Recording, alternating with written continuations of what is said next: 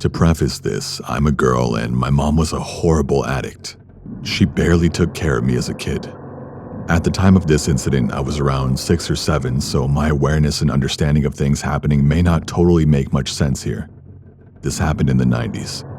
One night, my mother and I were on a car ride. I wasn't sure why we were driving, but it was late at night. I'm not sure what time it was, but I assume it was really late because there weren't many cars on the street and I was sleeping in the back seat. I don't even remember getting in the car. My mom drove up to some sketchy house and left me in the car for what felt like forever. Suddenly, the car door swung open and someone violently grabbed me by my arm and yanked me out of the car. I started screaming and crying until the man that grabbed me looked in my eyes and said, "Be quiet and don't try to run or I'll kill you." He had a scruffy beard and looked like a madman. I was scared to death, so I listened. He held me tight by my arm, shut the car door, and walked with me down the street. I looked back at the house my mom was in, hoping that my mom would come out the last second and save me. I looked at the house as long as I could as the man dragged me further and further away. As we walked down the street, I wanted to cry, but I was in shock and in fear. I didn't know what to do. If I sniffled or cried, the man would tighten his grip and yell at me. I can't even explain how scared and confused I was. We walked for a little while and ended up in the projects. The projects were a bunch of buildings crammed together in a shitty neighborhood. We walked into one of the buildings and walked up a flight of stairs. My legs and feet hurt like hell, but I was too scared to stop moving or complain. We walked up another flight of stairs when I saw some random guy smoking a cigarette in the stairway. Then, without warning, the guy that kidnapped me fell to the ground. It happened so fast. I didn't know how the kidnapper fell to the ground so fast, but the next thing I remember is the cigarette guy was punching and kicking the kidnapper in his head and in his face. The kidnapper was out cold. Cigarette guy picked up the kidnapper by the back of his jacket and threw him down the stairs. You have no idea how scary and violent it is to see an unconscious man fall down the stairs. To this day, I still have a fear of falling downstairs. He bled everywhere.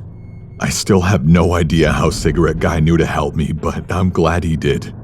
Maybe he could see the tears in my eyes. Maybe he just picked up on something and had a bad vibe, but he acted instantly. The first second he could, he attacked my would-be kidnapper.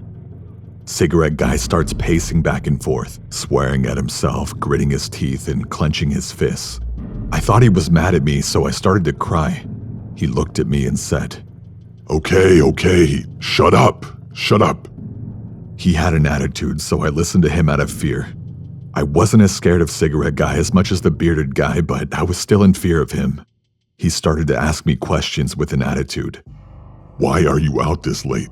Where are your parents? Why would you talk to strangers?" I was in so much shock and confusion I couldn't answer the man's questions correctly. He asked if I knew my way home, and I told him I didn't. I told him a broken story about what happened, and somehow with the information I gave him, he knew where my mom's car was.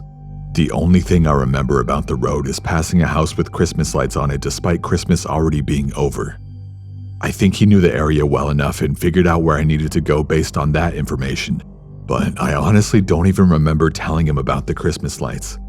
Anyways, he told me he would take me back if I promised over and over that I wouldn't tell the police that I saw him or anyone that looked like him, and made me promise that I wouldn't even tell the police anything.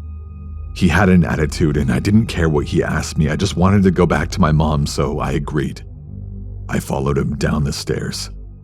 The bearded guy was still laying on the ground bleeding at the bottom of the stairs that cigarette guy threw him down.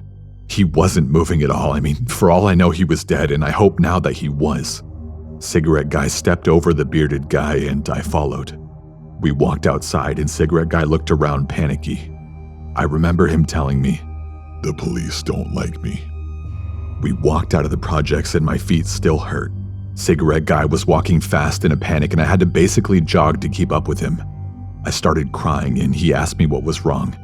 I told him my feet hurt and I remember him sucking his teeth and picking me up with an attitude. He awkwardly cradled me in both arms. He walked down the road for a moment. Then I remember him swearing and running behind a house or building. A cop car was driving down the road. He put me down and told me to run to the police car. I tried to run, but my legs could barely move and I was scared. The cop car kept driving and rode away without seeing me before I could even get remotely close to it. He kept swearing to himself as he picked me up again and ran down the street. He took me behind a lot of houses and hid from every cop car that drove by. I assume now that the police were looking for me. He carried me in both arms, running fast down the road when I saw my mom at her car in the distance. She was surrounded by police. Cigarette guy put me down and told me to run to the police. I got so excited the pain in my legs disappeared. He put me down and ran away. I ran towards the police and my mom. My mom picked me up and hugged me tight. The police started to ask me and my mom questions.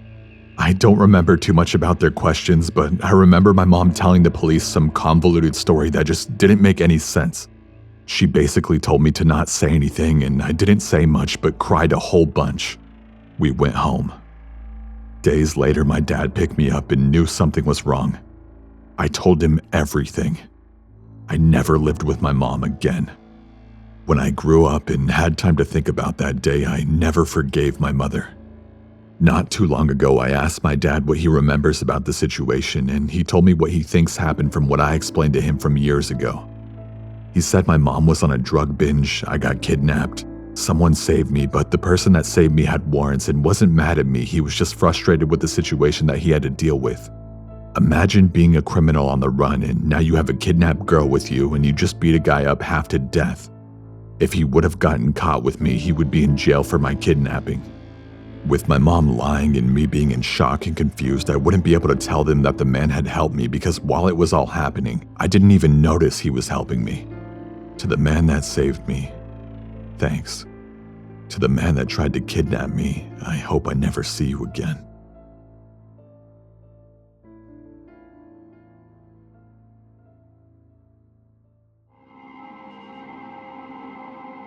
I was on an equestrian team throughout middle school with about 9 other girls. My coach's name was Deborah, and one of the most awesome things about Deborah was that she'd always take our teams on reward trips or events. Trips included outings such as movies, water park dates, or just barn sleepovers. This particular trip was a trail ride overnight. We were ecstatic as trail overnights were only a summer thing and it was one of the first ones of the year. Basically, a trail overnight was a weekend that we would go on a 3-day-long trail ride.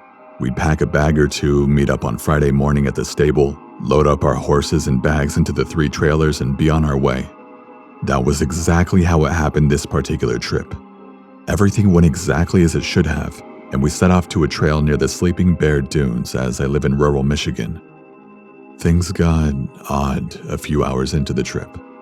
We had all left at about 7 in the morning, so that left us with plenty of daylight to do fun stuff after we got settled into the campsite. Deb had us all saddle up to go along the lakeshore trail. Once everyone was in the saddle, we set off on a narrow, single-file-only trail that wound through some woods and eventually would lead us to an overlook of the beach. I was completely in my zone. My horse, Aries, was not. It was like he and a few other horses were sensing something that nobody else did. But we chalked it up to being in a new place that we had never camped before.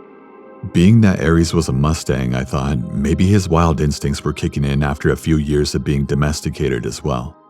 At about 7 o'clock that evening, while Deb and the stable hand Carla cooked up hot dogs and the rest of us had to come back from swimming, I decided to take Aries out for a quick trot and a loop around the campsite in hopes to calm him down. I grabbed my helmet and mounted up, not bothering to grab reins or saddle up, and just tied the lead rope to the other side of his halter. The ride went how I expected it to, with Aries acting up, although this time his behavior was different. He didn't just seem agitated, he seemed distressed, like something was really scaring him. I looked around and couldn't see a thing. No deer, no bears, no other horseback riders or mountain bikers or anything. I decided to go down a little trail that would wind back up at the campsite after about 5 minutes rather than just going in a loop. This is where it hit the fan. We had been going for about 2 minutes on this little trail when I started feeling funny, like we were being watched. I turned around and nobody was there. At one point of the trail, we came across a big boulder, and this was where Aries stopped completely. No amount of nudging or encouragement budged him. He absolutely refused to go any further. I slid off his back and tried pulling him to no avail. That's when I noticed where his eyes were focused. He wasn't looking at me, but over my shoulder. Ears perked forward, absolutely silent, like a dog pointing. Slowly, I turned around and saw a tall, dark figure about 50 yards away, maybe less, standing ahead of us on the trail, not moving, even though I'm sure he heard us. I didn't know what to do. Was he a hiker? It was obviously a man, but he had no pack, no bike, nothing. He was holding something in his hand though. A walking stick, maybe. I didn't want to bother him or go near him as his presence had given me the creeps. I whispered to Aries that we were going back and slowly climbed on. As soon as I was situated and I looked back at the man though, my heart dropped. The figure had turned towards us, watching. I could tell because I could faintly make out the zipper of his jacket. There was no doubt he had seen and heard us, so there was no point in trying to be subtle. I offered a wave, trying to signal I was out of there and wouldn't be a bother. Aries was more than happy to oblige. When I looked back again, my heart dropped even further and I froze. The figure was getting larger. The man was chasing us, running at full speed. I saw what was in his hand, a machete? It couldn't be, but it sure looked like some kind of weapon. I said Aries' name loudly in fear, and he knew what I wanted. He kicked into overdrive as the man had caught up to about 10 yards away from us. Mustangs are fast, and Aries was no exception.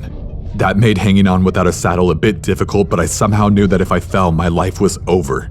And just my luck, I did fall. Aries had put some distance between us and the man to where I could no longer hear or see him, but it didn't take long for the machete guy to come within hearing range. It was still daylight out. If it had been dark, I would have stayed low to the ground where I fell, but wearing a bright red shirt made me stand out like a sore thumb and gave me no hope of hiding for long. The man came up over the hill of the trail and spotted me immediately. I knew I was doomed.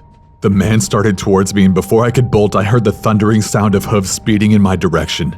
The man, although I couldn't see his face beneath the hood of his jacket, I could tell he was looking behind me. I turned too and had to dive out of the way.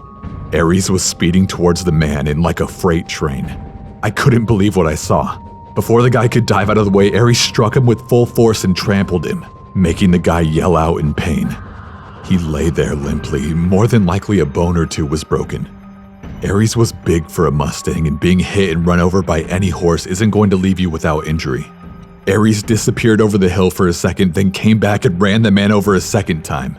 He stopped long enough for me to scramble onto his back, and we sped to the campsite. I told Deb and the rest of the group that we needed to call the police and get the hell out of there. As soon as I told Deb, she had us pack our stuff up and get in the trailer and trucks while she called the police. They didn't take too long to arrive, as there were usually some scouting around the area we were in. I told them everything that had happened, and that the man may still be laying where we had left him because Aries had trampled him pretty badly. We didn't stick around long enough to find out, but we learned that the guy I had encountered had previously been arrested for assault with intent to kill. How he had gotten into the woods, I'll never have any clue. I do know that I owe my life to my horse, as I wouldn't be here to tell this story had I not been with him. People say horses are dumb animals, but I think Mustangs are different. I think if Aries had not been wild before, he wouldn't have been able to recognize the threat. Anyway, that's my story. If there are any fellow riders out there, or even just hikers or mountain bikers, whatever you might do on the trail, I recommend you don't go do it alone.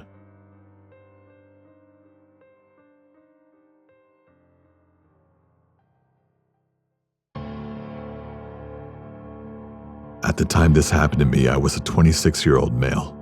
I'm telling my story in hopes that it may educate people and to demonstrate to those who have experienced what I have that they're not alone. The year was 2010, and I had just finished basic training in the military. I joined the Marines in hoping to improve myself and become part of something greater than myself.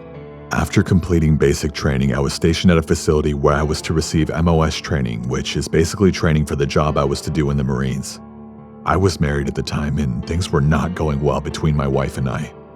After a stressful week, I decided to go with some of the guys in my unit to a local bar and blow off some steam. Before we were dismissed for the weekend, we were briefed by our command on basic safety tips such as travel in groups, don't wander off drunk alone, and watch your drinks. I blew most of what they said off because I never envisioned anything bad happening to me. After finally being released for the weekend, we hit the bar and it was packed. The music was loud, the drinks were flowing, and we were all having a great time. While my friends were dancing and socializing, I decided to head back to the bar for another drink. While waiting for the bartender, a gentleman I did not know approached me. He was slightly taller than me, slender, and rather non-threatening. He smiled and said, "Hey, Marine, you look stressed."